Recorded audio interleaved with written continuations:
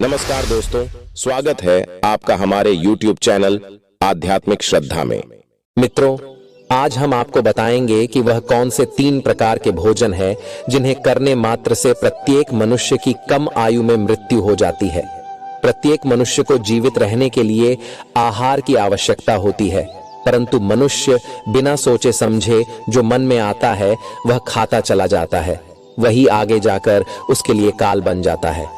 तो आज मैं आपको बताऊंगा कि भोजन करने का सही तरीका कौन सा है, भोजन करने की सही दिशा कौन सी है, हमें भोजन कब करना चाहिए तथा भोजन शुरू करने से पहले क्या बोलना चाहिए, और वह कौन से 3 प्रकार के भोजन हैं जिन्हें करने मात्र से ही मनुष्य की कम आयु में मृत्यु हो जाती है। तो इस प्रश्न का बखान मैं आपको एक कथा के माध्यम से देता हूं। मित्रों, एक बार की बात है, देवर्षि नारद जी नारायण नारायण करते हुए बिना किसी कारण ही यमपुरी में पधारते हैं। यमपुरी में पधारने के बाद वह देखते हैं कि यमराज जी कुछ लोगों को स्वर्ग लोक तथा नरक लोक भेजने में व्यस्त है। उनमें से बहुत से लोग काफी कम उम्र के थे और बहुत से लोग वृद्धावस्था में थे। तब देवर्षि नारद जी ने सोचा कि इतनी कम उम्र में इन मनुष्यों की मृत्यु कैसे हो सकती है, जबकि कलयुग के प्रत्येक मनुष्य को 100 वर्ष की आयु निश्चित की गई है। यहाँ 15 से 20 वर्ष की आयु में ही सभी की मृत्यु हो जा रही है। तब देवर्षि नारद जी के मन में एक प्रश्न उठता है और वह सीधा प्रकट होते हैं जाकर यमराज जी के पास। तभी यमराज जी की नजर देवर्षि नारद जी पर पड़ती है। तो यमराज जी देवर्षि नारद जी का आदर सत्कार करते हैं और कहते हैं कि हे नारायण भक्त नारद जी, आज आप किस प्रयोजन से यमपुरी में पधारे हैं। तब देवर्षि नारद जी कहते हैं कि हे यमराज जी, मैं यहाँ आया तो बिना किसी कारण के ही था, परंतु यहाँ आने के बाद मेरे मन में अब एक प्रश्न तांडव कर रहा है। हे मृत्यु के देवता, आपको तो भविष्यवाणी दी गई है, जिससे आपको तो पता होता है कि कौन से मनुष्य की मृत्यु कब होने वाली है और उस मनुष्य की मृत्यु के होने का कारण क्या है। मेरा प्रश्न बस यही है कि वह कौन से 3 प्रकार के भोजन है जिन्हें करने मात्र से प्रत्येक मनुष्य की कम आयु में ही मृत्यु हो जाती है। मनुष्य को किस प्रकार का भोजन करना चाहिए, किस प्रकार का भोजन मनुष्य की आयु बढ़ाने वाला होता है और किस प्रकार का भोजन मनुष्यों की आयु को कम करने वाला होता है, और भोजन को किस दिशा में मुंह करके करना चाहिए। भोजन करने से पूर्व कौन सा मंत्र बोलना चाहिए। कृपा करके आप मुझे इन सभी प्रश्नों के उत्तर देने का कष्ट करें। तब यमराज जी कहते हैं कि हे देवर्षि नारद जी, आपने आज समस्त मनुष्य जाति को एक बहुत ही महत्वपूर्ण ज्ञान देने के लिए हमसे यह प्रश्न किया है। यह प्रश्न प्रत्येक मनुष्य के लिए उतना ही महत्वपूर्ण है जितना कि जल में रहने वाली मछली के लिए जल। परंतु हे देवर्षि नारद जी, मैं आपको आपके इस प्रश्न का उत्तर एक अत्यंत महान कथा के माध्यम से दूंगा। अब देवर्षि नारद जी कहते हैं कि हे यमराज जी, आप उस कथा को कहिए। मैं आपके द्वारा कही गई कथा को पूरा अंत तक अवश्य सुनूंगा। अब यमराज जी कहते हैं कि मनुष्य जिस प्रकार का भोजन करता है उसी के अनुसार उसका भाग्य और उसका अगला जन्म निर्धारित होता है। चलो मैं आपको इस कथा के माध्यम से बताता हूँ। यह कथा त्रेता युग में महर्षि विश्वामित्र ने भगवान श्री राम को सुनाई थी, इसीलिए इस कथा का महत्व बहुत अधिक है। इस प्राचीन कथा के माध्यम से आपको आपके सभी प्रश्नों के उत्तर मिल जाएंगे। हे नारद जी, इसीलिए आप इस कथा को ध्यान से पूरा अवश्य सुनना और इस कथा का प्रचार प्रसार भी करना। जो भी मनुष्य इस कथा का श्रवण करता है उसको उसके समस्त पापों से मुक्ति मिल जाती है। अब यमराज कथा को सुनाना प्रारंभ करते हैं और कहते हैं कि हे देवर्षि नारद जी, यह बात त्रेता युग की है। विधुपुर के समीप एक बहुत बड़ा जंगल था। उस जंगल का आकार लगभग 100 योजन तक था, परंतु उस जंगल में न कोई भी पशु और न ही कोई पक्षी रहते थे। उस जंगल में केवल वृक्ष और पेड़ पौधों की ही भरमार थी। वह जंगल इतना घना था कि जिसमें मनुष्य तो दूर की बात है, उस जंगल की तरफ कोई पशु भी नहीं जाता था। परंतु उसे जंगल के मध्य भाग में लगभग 4 कोस लंबी एक झील थी और उसी झील में हंस, बतख तथा अन्य पशु पक्षी रहा करते थे। एक बार मुनि विश्वामित्र उस झील के पास से गुजर रहे थे। तब उनको बहुत ही सुंदर और विचित्र दृश्य दिखाई दिया, क्योंकि उस जंगल में ना कोई आता था और ना ही कोई जाता था, परंतु उसी झील के समीप एक बहुत बड़ा आश्रम था। जो देखने में बहुत पुराना हो गया था, लेकिन फिर भी उसकी सुंदरता मन को मोह लेने वाली थी। वह आश्रम अत्यंत सुंदर और पवित्र दिखाई पड़ रहा था। उस आश्रम में न कोई साधु संत तपस्या करते थे और न ही उस आश्रम में शिष्यों को पाठ का ज्ञान दिया जाता था। वह आश्रम पूरी तरह से खाली था। अब विश्वामित्र मुनि ने सोचा कि यहाँ कोई संत महात्मा भी नहीं है। चलो आज हम यहाँ पर विश्राम कर लेते हैं। विश्वामित्र मुनि एक रात के लिए उस आश्रम में ठहर गए और सुबह उठकर वे जब उस झील के पास गए तो उन्होंने रास्ते में एक मुर्दे को देखा। अब विश्वामित्र मुनि सोच में पड़ गए कि इस जंगल में कोई आता जाता नहीं है, तो यह लाश कहां से आई? वह लाश जो पड़ी हुई थी वह शरीर से अत्यंत बलवान और हष्ट पुष्ट जान पड़ती थी, जिसे देखकर ऐसा प्रतीत होता था कि मानो वह किसी तरुण पुरुष की लाश हो। उस लाश को देखकर विश्वामित्र मुनि अपने अंतर्मन से कहने लगे कि यह पुरुष कौन है और इसकी मृत्यु कैसे हो गई तथा यह पुरुष इस जंगल में आखिर कैसे आया होगा। अब उसे मरे हुए आदमी के बारे में जानने के लिए विश्वामित्र मुनि चिंतित हो गए। अब यमराज जी कहते हैं, हे देवर्षि नारद जी। तभी अचानक आकाश में उन्हें एक दिव्य विमान दिखाई पड़ा और वह दिव्य विमान उस झील के समीप आकर रुक गया और उस विमान से एक दिव्य पुरुष उतरा और वह पुरुष उस दिव्य विमान से उतरने के बाद उस झील में स्नान करने के लिए चला गया। अब झील में नहाने के बाद वह बाहर आया और उस मरे हुए पुरुष का मांस खाने लगा।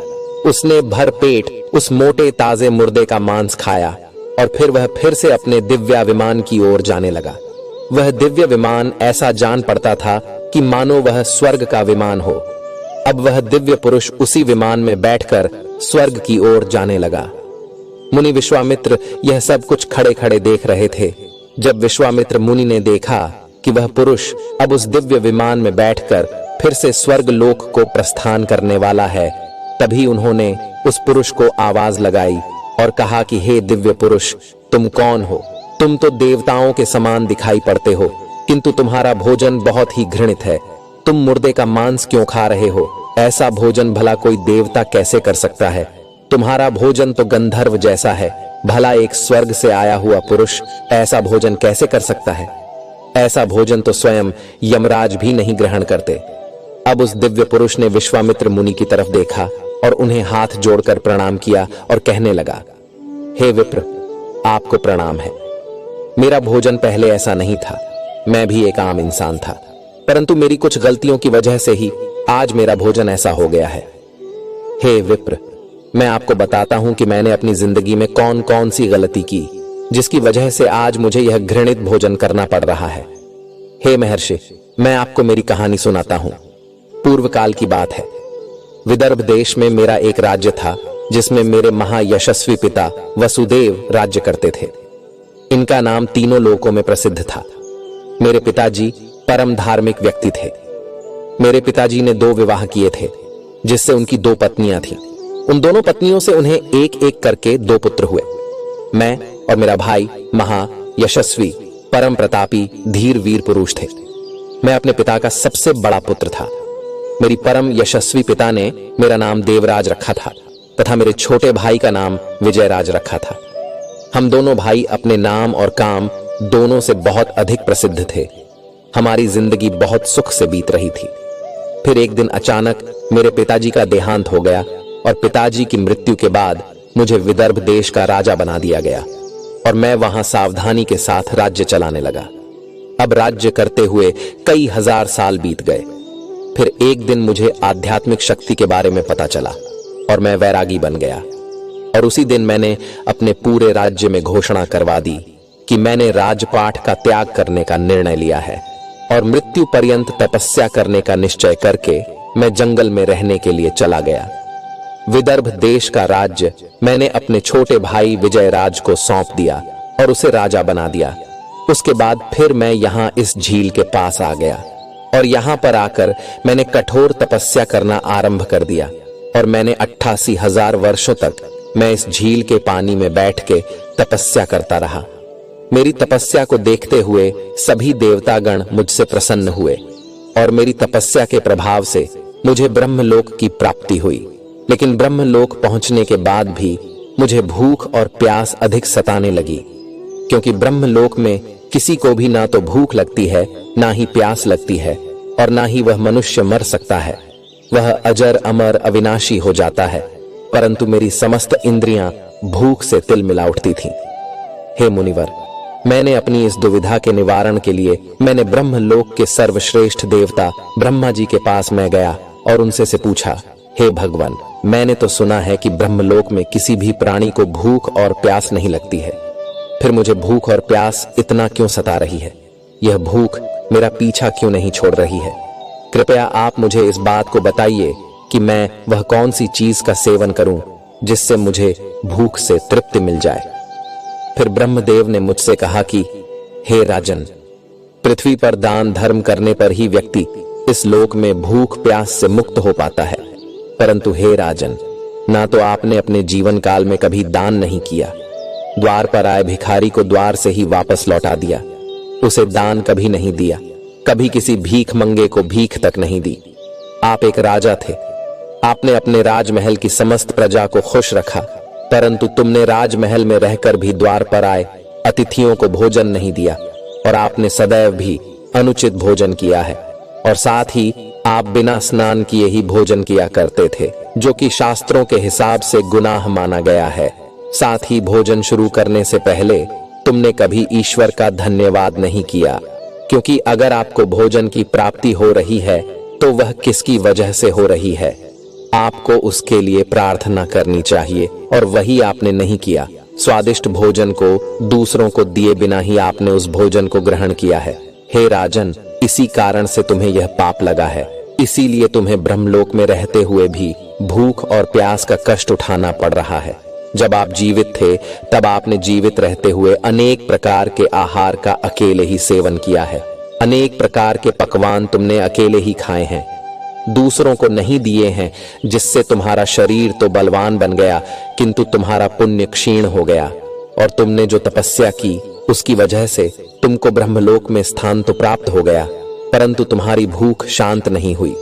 हे राजन, तुम्हारी भूख को शांत करने का मेरे पास एक उपाय है। उस झील के पास तुम्हारा मृतक शरीर पड़ा हुआ है, तुम उसी का मांस खाकर अपनी भूख मिटाओ। जब ब्रह्मा जी ने इस प्रकार से मुझे समझाया तो मैंने ब्रह्मा जी से कहा कि हे प्रभु, अपने शरीर का भक्षण कर लेने के पश्चात मेरा क्या होगा? उसके बाद मैं क्या खाऊंगा? मेरे खाने के लिए कुछ भी शेष नहीं रहेगा। मैं एक ब्रह्म पुरुष हूं और मैं किसी जीव की हत्या नहीं कर सकता। तो हे भगवान, कृपया कुछ ऐसा भोजन बताइए जिसको खाने के बाद मुझे लगने वाली भूख प्यास हमेशा के लिए मिट जाए और जो कभी खत्म ना हो। तब ब्रह्मदेव कहते हैं, हे राजन, तुम्हारा शरीर ही मैंने अक्षय बना दिया है। हे राजन, अब आप उसे चाहे जितना खाएंगे फिर भी वह समाप्त नहीं होगा और ना ही वह बदबू देगा। तुम्हारे द्वारा खाए गए तुम्हारे ही शरीर के अंग दूसरे दिन फिर से ताजा हो जाएगा। इस मृत शरीर के अंग फिर से उग आएंगे। इस प्रकार तुम फिर खा सकोगे। तुमको अपने ही शरीर का मांस खाते खाते जब तुमको 102 वर्ष बीत जाएंगे तो उसके बाद तुम्हारे इसी जंगल में एक दिन महर्षि विश्वामित्र पधारेंगे और उन्हीं के द्वारा तुम इस पाप से मुक्ति पा सकोगे। इस प्रकार से जब ब्रह्मा जी ने उस राजा को इसके पीछे का राज्य बताया तो अब उस दिव्य पुरुष ने सारी हकीकत महर्षि विश्वामित्र को बता दी और कहने लगे, हे विप्र, मेरा शरीर कभी नष्ट नहीं होता है और मैं रोज आकर अपने शरीर का कच्चा मांस खाता हूँ। यही मेरा आहार है। ना जाने कब मुनि विश्वामित्र यहाँ पर पधारेंगे और मुझे इस कष्ट से मुक्ति दिलाएंगे। अभी तक मैंने यह सोचते सोचते लगभग 100 वर्ष बिता दिए हैं और मैं आज भी महर्षि विश्वामित्र की राह देख रहा हूँ। राजा देवराज का इस प्रकार से कथन सुनकर महर्षि विश्वामित्र बोले, हे राजन, कहो, आपके सौभाग्य से मैं यहाँ पर आया हूँ। मैं ही मुनि विश्वामित्र हूँ। कहिए राजन, मैं तुम्हारी किस प्रकार से सहायता कर सकता हूँ? तब राजा देवराज अत्यंत प्रसन्न हुए और जमीन पर लेटकर महर्षि विश्वामित्र के चरणों को वंदन करने लगे। राजा देवराज ने कहा, हे मुनिवर, कृपया आप मुझे इस घृणित आहार से मुक्त कीजिए तथा जिस पाप के कारण मुझे यह प्राप्त हुआ है उस पाप से भी मुझे मुक्त कीजिए। मैं इस प्रकार का भोजन करते करते निराश हो चुका हूं। कृपया आप मुझे इस घृणित भोजन से मुक्त कीजिए। इस भोजन से मुक्त होने के बाद मुझे अक्षय लोक की प्राप्ति हो सकेगी। हे राशि, कृपया आप मुझ पर कृपा करें। राजा देवराज की दुख भरी बातें सुनकर मुनि विश्वामित्र को उन पर दया आ गई। अब महर्षि विश्वामित्र ने उस राजा के शरीर को जैसे ही छुआ, उस राजा का मृतक शरीर वहां से अदृश्य हो गया और वे उस पाप से मुक्त हो गए। और फिर महर्षि विश्वामित्र से आज्ञा लेकर वे उस दिव्य विमान में बैठकर ब्रह्मलोक को चले गए। अब यमराज जी देवर्षि नारद जी को समझाते हुए आगे कहते हैं कि हे देवर्षि नारद जी, इस प्रकार से उस राजा देवराज को दान ना करने के पाप से मुक्ति मिली। इस प्रकार से उचित भोजन करने के कारण ही विदर्भ देश के महाराज को ब्रह्मलोक में रहने पर भी तृप्ति नहीं मिली और उन्हें पृथ्वी लोक पर आकर स्वयं का ही मांस खाना पड़ा। हे देवर्षि नारद जी, अब मैं तुम्हें भोजन के कुछ नियम बताता हूं। आप इन नियमों को ध्यान से सुनिए। भोजन शुरू करने से पहले आपको 2 काम करने हैं। पहला काम आपको यह करना है कि आपको भगवान को धन्यवाद करना है जिसकी वजह से आपको यह भोजन मिल रहा है। दूसरा काम आपको भोजन शुरू करने से पहले यह करना है कि थोड़ा सा अन्न भूमि पर रखना है ताकि देवता, पशु पक्षी, सर्प, दैत्य तथा प्रेत पिशाच जो अपने कर्म बंधन से बंधे हुए हैं उन सभी को अन्न की प्राप्ति हो। यदि भोजन करते समय कोई अतिथि आ जाए तो उसका स्वागत करें और उसे आसन देकर प्रणाम करके उसका सत्कार करें। फिर उसे श्रद्धापूर्वक भोजन कराकर विदा करें, क्योंकि जिसके घर से अतिथि निराश होकर लौट जाता है उसे वह अपने पाप देकर उसके शुभ कर्मों को ले जाता है। यमराज जी आगे कहते हैं, देवर्षि नारद जी, भगवान श्री कृष्ण ने स्वयं बताया है कि पिता के घर में रहने वाली विवाहित कन्या, दुखिया और गर्भ धारण की हुई स्त्री तथा वृद्ध को भोजन कराने के बाद ही भोजन करना चाहिए। इन सभी को भोजन कराए बिना जो स्वयं भोजन ग्रहण करता है उसका भोजन पापमय बन जाता है। ऐसा व्यक्ति नरक में ही जाता है जो स्नान किए बिना ही भोजन करता है। उसका भोजन मल भक्षण के समान हो जाता है। जो मनुष्य बालक एवं वृद्ध आदि के हिस्से का भोजन करता है उसका भोजन विष्ठा के समान हो जाता है। और जो बिना दान किए ही भोजन को ग्रहण करता है उसका भोजन विष के समान बन जाता है। मनुष्य को कभी भी दुराचारी व्यक्ति द्वारा दिया गया अथवा दूसरों द्वारा अपमानित करके दिया गया भोजन कभी भी ग्रहण नहीं करना चाहिए। इससे उस मनुष्य को पाप लगता है।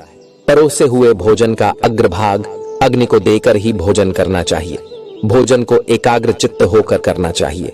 प्रथम मीठा, फिर लवण और खट्टा और अंत में कटु एवं तीखे पदार्थों का सेवन करे। प्रथम 3 निवाले मौन होकर ग्रहण करने चाहिए। ऐसा करने से व्यक्ति के सभी पाप कर्म तुरंत नष्ट हो जाते हैं और पुण्य कर्म बढ़ने लगते हैं। भगवान की कृपा से उसे जीवन भर कभी अन्न की कमी महसूस नहीं होगी। यमराज जी आगे कहते हैं, देवर्षि नारद जी, पूर्व दिशा में बैठकर भोजन करने से व्यक्ति रोगों से और मानसिक तनाव से मुक्त हो जाता है। बीमार बुजुर्गों को पूर्व की ओर मुख करके भोजन अवश्य करना चाहिए। इससे उनके स्वास्थ्य में सुधार आता है, क्योंकि पूर्व दिशा उगते हुए सूर्य की दिशा होती है और सूर्य देव बल, आरोग्य तथा दीर्घायु प्रदान करते हैं। विद्या की अभिलाषा रखने वाले मनुष्य को उत्तर दिशा की ओर मुख करके भोजन करना चाहिए। यह दिशा देवी सरस्वती की दिशा है। ध्यान रहे, दक्षिण दिशा की ओर मुख करके भोजन ना करें, यह मृत्यु की दिशा होती है। इस दिशा में मुख करके भोजन करने से आयु कम होती है। टूटे फूटे बर्तनों में भोजन नहीं करना चाहिए, यह दुर्भाग्य को निमंत्रण देता है जिससे घर में गरीबी आती है। भोजन हमेशा थाली में ही करना चाहिए। गंदी थाली में भोजन करने से जीवन में दुर्भाग्य आता है। एकादशी के दिन तामसिक अन्न का सेवन ना करें। जो मनुष्य एकादशी के दिन तामसिक अन्न अर्थात मांस का सेवन करता है, लक्ष्मी उस घर को छोड़कर चली जाती है। भोजन का अपव्यय करना अनर्थ माना गया है, इसीलिए थाली में जितना आवश्यक हो उतना ही भोजन ले। अगर कोई व्यक्ति साथ में भोजन कर रहा हो तो उसका भोजन समाप्त होने तक उठकर नहीं जाना चाहिए, इससे पितृदेव नाराज हो जाते हैं। भोजन के बाद थाली में हाथ धोना अनुचित माना गया है। थाली में हाथ धोने से अन्न का अपमान होता है। भोजन के बाद थाली में हाथ धोने वाले लोग नीच योनि में जन्म लेते हैं। सबसे महत्वपूर्ण बात ध्यान रहे कि व्यक्ति को बिस्तर पर बैठकर कभी भी भोजन नहीं करना चाहिए। ऐसा करने से व्यक्ति कई प्रकार के रोगों से ग्रसित हो सकता है। भोजन केवल जमीन पर आसन बिछाकर उस पर बैठकर ही करना चाहिए। भोजन करते समय दिशाओं का ध्यान रखना बहुत ही आवश्यक होता है। यदि गलत दिशा में बैठकर अथवा गलत दिशा में मुख करके कोई भोजन करता है तो ऐसा भोजन करने से व्यक्ति को उसके अनिष्ट परिणाम प्राप्त होते हैं। अगर कोई भोजन के ऊपर से कोई पैर रखकर चला गया हो अथवा कोई व्यक्ति भोजन को लांघ कर चला गया हो तो ऐसे भोजन को कभी खाना नहीं चाहिए। ऐसा भोजन अशुद्ध हो जाता है। ऐसे भोजन को पशुओं को खिला देना चाहिए। दूसरों के द्वारा लांघा गया भोजन खाने से मनुष्य की आयु कम हो जाती है और उसके शरीर में भिन्न भिन्न प्रकार के रोग उत्पन्न होते हैं। यदि भोजन में बाल निकल आता है तो ऐसा भोजन त्याज्य हो जाता है। यदि अन्न में बाल निकलता है तो उसे ईश्वर को कभी प्रसाद के रूप में नहीं चढ़ाना चाहिए और ना ही स्वयं खाना चाहिए। ऐसा भोजन प्रेतों को प्राप्त हो जाता है। ऐसा भोजन करने से मनुष्य की कम आयु में मृत्यु हो जाती है। मनुष्य को दूसरों के लिए परोसा हुआ भोजन भी नहीं खाना चाहिए। जो मनुष्य दूसरों का भोजन छीन के खाता है अथवा किसी को बिना दिए ही स्वयं उस अन्न का उपभोग करता है, उससे देवी अन्नपूर्णा रुष्ट हो जाती है। भोजन सभी में बांटकर खाना चाहिए। दूसरों के हिस्से का भोजन करने से मनुष्य के पुण्य कर्म नष्ट हो जाते हैं। पवित्र आसन पर बैठकर अपने पैरों को भूमि पर रखकर पूर्व की ओर मुख करके ही अन्न को ग्रहण करना ही सर्वोत्तम माना गया है। पूर्वामुख होकर भोजन करने से यश की प्राप्ति होती है और उत्तर की ओर मुख करके भोजन करने से सत्य की प्राप्ति होती है। दोनों हाथ, दोनों पैर तथा मुख को पानी से धोकर ही भोजन करना चाहिए। भोजन के पात्र को भूमि पर रखकर अन्न ग्रहण करना ही सर्वश्रेष्ठ माना गया है। शास्त्रों में इस प्रकार के भोजन को उपवास के समान बताया गया है। मनुष्य को क्रोध रहित होकर भोजन करना चाहिए। क्रोध की अवस्था में भोजन करने से भोजन का अपमान होता है और कई प्रकार की व्याधियां उत्पन्न होती हैं। यदि चित्त कहीं और हो तब भी भोजन नहीं करना चाहिए और गुस्से से भरे मन से भी भोजन करना अशुभ होता है। जो जूते पहनकर भोजन करता है, इस प्रकार के भोजन को सूरी भोजन कहा गया है। ठीक मध्य रात्रि में भोजन करना भी अशुभ माना गया है। यदि पेट खराब हो तब भी भोजन नहीं करना चाहिए। गीले वस्त्र पहन करके भी भोजन करना अशुभ होता है। दूसरों के लिए परोसा गया भोजन भी कभी नहीं करना चाहिए। सोते हुए खड़े होकर टूटे फूटे पात्र में भूमि पर रखकर अथवा हाथ पर रखकर भोजन ग्रहण करने से दरिद्रता आती है। भोजन करते समय वेदों का उच्चारण नहीं करना चाहिए। शास्त्रों के अनुसार स्त्री को पति के भोजन के बाद ही भोजन करना चाहिए। यदि पति घर से दूर हो तो पति को ध्यान करके भोजन ग्रहण करना चाहिए। इससे पति की आयु लंबी होती है और स्त्री सदा सुहागिन रहती है। पति से पहले भोजन करना शास्त्रों में अशुभ माना गया है। इससे पति की आयु कम हो जाती है। इसके साथ ही विष्णु पुराण के अनुसार पति और पत्नी को एक साथ बैठकर भोजन नहीं करना चाहिए। ऐसा करने से दोनों में क्लेश और विवाद होता है। अंधकार में अथवा आकाश के नीचे बैठकर भोजन नहीं करना चाहिए। भोजन करते समय सिर पर छत अथवा वृक्ष की छाया अवश्य होनी चाहिए। केवल एक वस्त्र पहनकर भी भोजन करना अनुचित होता है अथवा नग्न अवस्था में भोजन ग्रहण करना अशुभ होता है। इससे जीवन में दुर्भाग्य आता है। सवारी पर बैठकर अर्थात किसी वाहन में बैठकर भी भोजन ग्रहण करना अनुचित होता है। साथ ही बिस्तर पर बैठकर भोजन करने से व्यक्ति की आयु कम हो जाती है। हंसते हुए अथवा रोते हुए भोजन करना अनिष्ट का कारक होता है। इससे गले में अन्न फंसकर प्राण जाने का भी खतरा बना रहता है।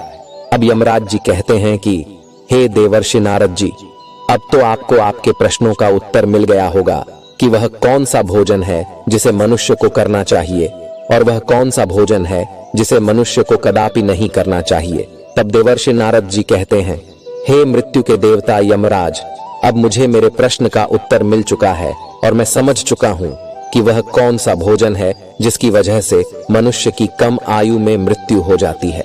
अब मैं आपके द्वारा सुनाई गई कथा को संपूर्ण विष्णु लोक में विख्यात करूंगा। मित्रों, आज की कथा कैसी रही कमेंट करके जरूर बताएं। आशा करते हैं आपको यह वीडियो पसंद आया होगा। दोस्तों, यदि आपने अभी तक हमारे चैनल को सब्सक्राइब नहीं किया है तो सब्सक्राइब कर लें और वीडियो को एक लाइक करके कमेंट में जय श्री कृष्ण लिखना ना भूलें। मिलते हैं एक नए वीडियो के साथ। वीडियो को पूरा देखने के लिए आपका बहुत बहुत धन्यवाद।